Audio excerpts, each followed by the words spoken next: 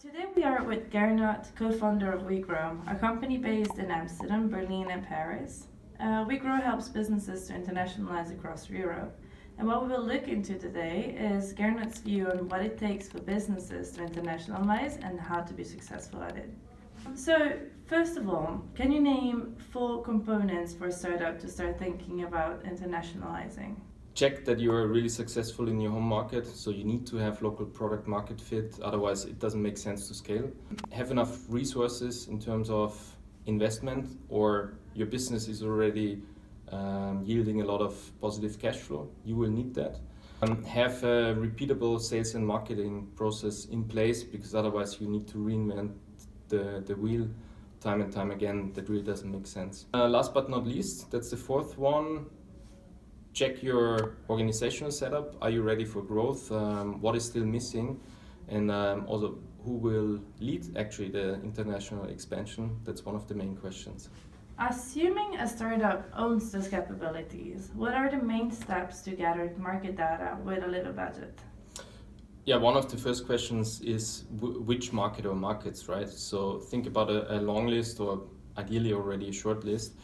Then look into a lot of things that you can find online, or do some desk research. Could be like calling Chamber of Commerces or work together with embassies. But in essence, you will find a lot online, some indices or things that you can look into that give you a bit more clarity. But then once you have that, start with first validation. So go to the market, try to find out, get a feeling, talk to some experts. That's what we do with a lot of companies, and we help them with those kind of steps. And we also work with some tools that help you structure that decision. So on 2 axes, one is the market attractiveness and the business attractiveness. Then we map the countries, and that gives a very clear prioritization. What do you think about the SWOT analysis? Would you recommend it? Well, in general, you can use it for a lot of things, right? So yeah, use it, of course. What we can work with are additional tools. So one of them is an internationalization canvas. So a canvas that helps you think through all the different aspects. When you want to internationalize, what's the market opportunity? What's your go-to-market strategy? How do you organize that? And what's the cultural pillars that you put it on? And we work also with a tool that's called the Culture Map. And with that all together, that gives you a very complete picture and will support your decision. Assuming a startup reaches a go decision, so to start actually expanding in a new market, should it hire locals or not? Yeah, definitely. So if you can, do it, because it will actually really speed up the process if you had the right local people, because they just know it. They just know how the local market work. Think about how to set it up. Is it a decentralized organization, or do you have people in your headquarters?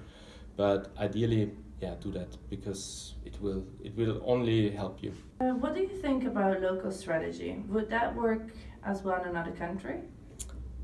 Short answer, it depends. It depends on which markets. So naturally, you should look for markets that are very similar to your home markets, because then you don't have to change much in your business model and how you approach it. But having said that, most probably you need to adapt certain things. Certain marketing channels will work differently, are more expensive maybe in other countries, or won't work that efficiently. Or also in B2B, certain sales tactics just simply don't work in some countries, or you need to adjust to the local business culture. And I assume the same applies for marketing strategy, right? Yeah, definitely. So marketing strategy is also something that you need to localize. So there are certain channels that work in certain markets. Something that really helps is if you find some, for example, local trust logos or signs that you are really native from that market. That naturally increases conversion rates. And also in B2B business, it's something you need to build up trust in certain markets more than in others if you want to do business. And for marketing, important to have one thing in view, be consistent, because you don't want to have your brand looking totally different in one market than the other. So think about that, what's the essence, and then adapt it slightly to the local market to gain trust. Should targets be set for withdrawal, assuming the business is not reaching them? I think before entering a new market, you really have to set milestones and KPIs. They might be very different than the ones from your core business, from your core local markets that are already way more mature. So it could be different KPIs and milestones in setting up the operations, finding a country manager, finding your first 5, 10, 100 clients or thousands clients, and defining a clear budget behind it. But also be clear on when too much is too much in terms of investment, because that means you have defined an affordable loss. That's what we call it. So this means this is the budget that you can spend.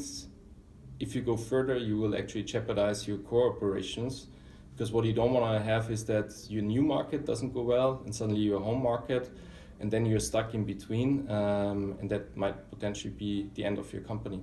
Here are some tips. If you're a startup, if you're a founder, and if you want to internationalize and grow in new markets, I think one of the first one is be aware of cultural differences.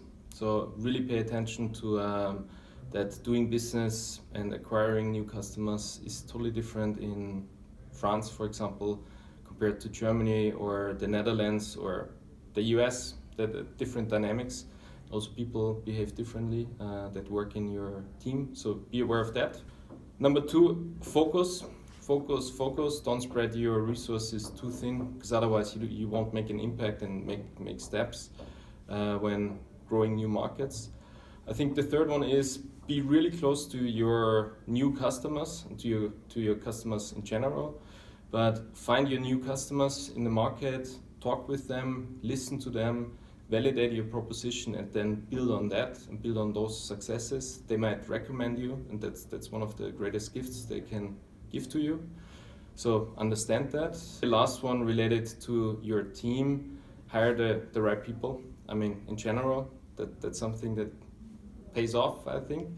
But when it comes to local people, make sure that they also fit to the internal company culture that you build up, because that's what holds everything together. So if times are difficult, then the company culture actually holds it together. So make sure they fit, they have a cultural fit, and then they can also spread it internationally, and that's really good. Well, I have to thank you very much for your time today, and I'm sure that these insights will bring a lot of benefits for many other companies. Thank you.